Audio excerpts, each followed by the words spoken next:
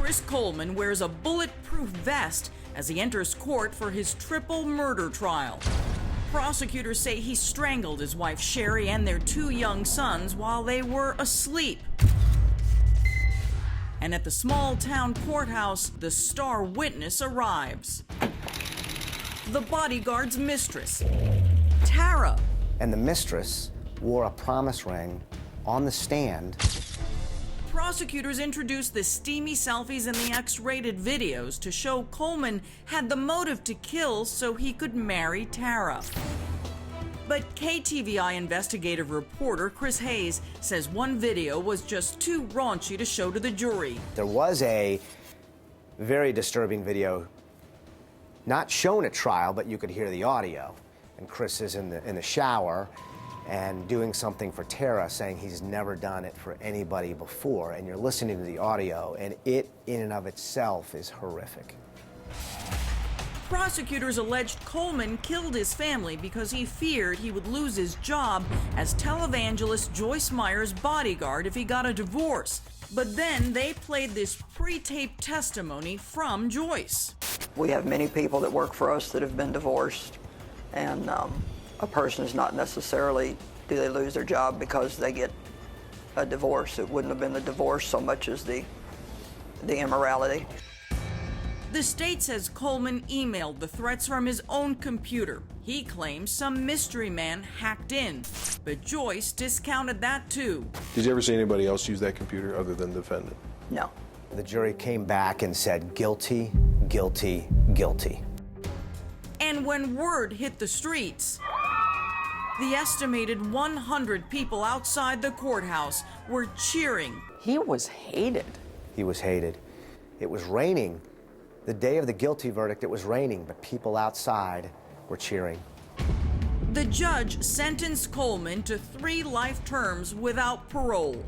How are you so sure that your son is not a killer? I would die for him because I don't believe his personality has it. We wanted to hear Chris Coleman's side of the story. Hello, this is Chris Coleman. So we spoke to him in this exclusive prison interview. I want to get your version of events and what happened. If you can describe to me what your relationship with your wife was at the time of the murders. Oh, okay. Yeah, actually my relationship with my wife at the time of the murders was actually good. You know, it hurts me to say that I did, like so many other men do, fall into a different relationship and made some wrong choices with all of that. Tara stated, and she told the jury, that you, on the day of the murders, were going to serve your wife with divorce papers. Correct. That is what she stated, and, you know, I have to, to be honest, that I was, deceiving her and was in the process of moving away from her, Tara, as far as in relationship. Let's talk about the specific threats against you, because the police ultimately determined that those threatening emails that were being sent to you came from your very own laptop. How do you answer that? I mean, it makes it seem like you did it yourself. I had 2 laptops. I, of course, didn't travel with both of them. The Dell laptop was used by my wife. It was left at the office. It was left in my car. Then it would make sense that that's the only opportunity that somebody had access to my laptop. Coleman claims his own surveillance video he set up at his house showed a mystery man delivering one of those threats into his mailbox. As you can see a person on the camera with a hooded sweatshirt putting something in the mailbox, but you couldn't identify who it was because of the hooded sweatshirt. And where is that video?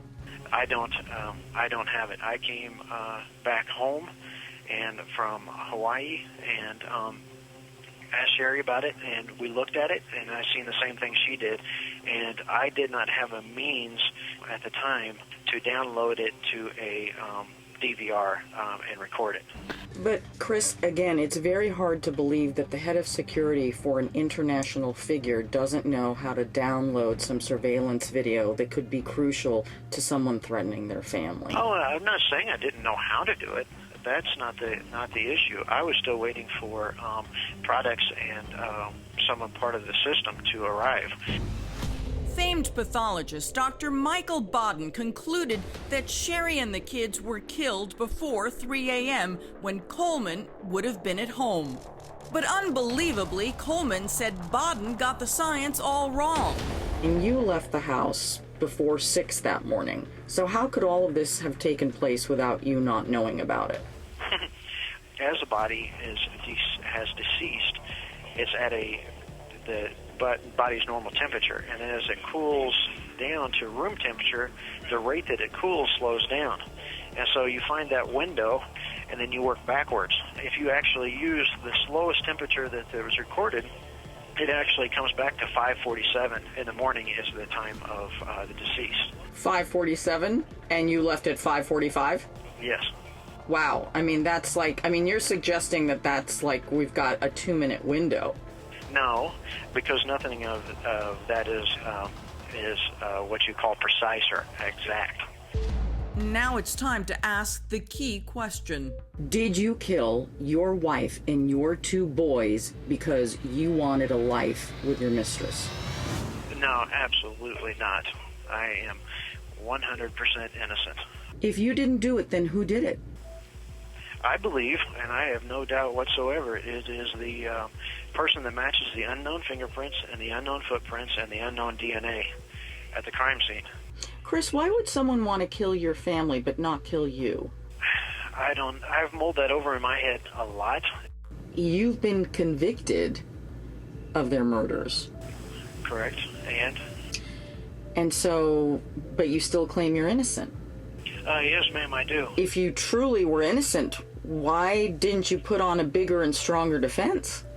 My understanding was going to have a stronger defense. And you didn't? No, I didn't. Absolutely not. Coleman's attorney just this month requested a new trial. He maintains his innocence, as do his parents. I believe he's innocent. And until it comes out his mouth and somebody can prove it, I don't believe he did it. An interesting footnote on this story, a juror in Coleman's trial told reporters the first vote in deliberations was 7-5 in favor of not guilty. However, the jury was later swayed by what they believed to be lies about his statements to police. Coleman says he and his parents will continue to fight to get him a new trial. I'm Chris Hansen. If you like this story, make sure you tune in every day to Crime Watch Daily. You can find where the show airs in your city at crimewatchdaily.com. Watch it live or record it on your DVR and watch it at night. And to all those criminals out there, remember, we are watching.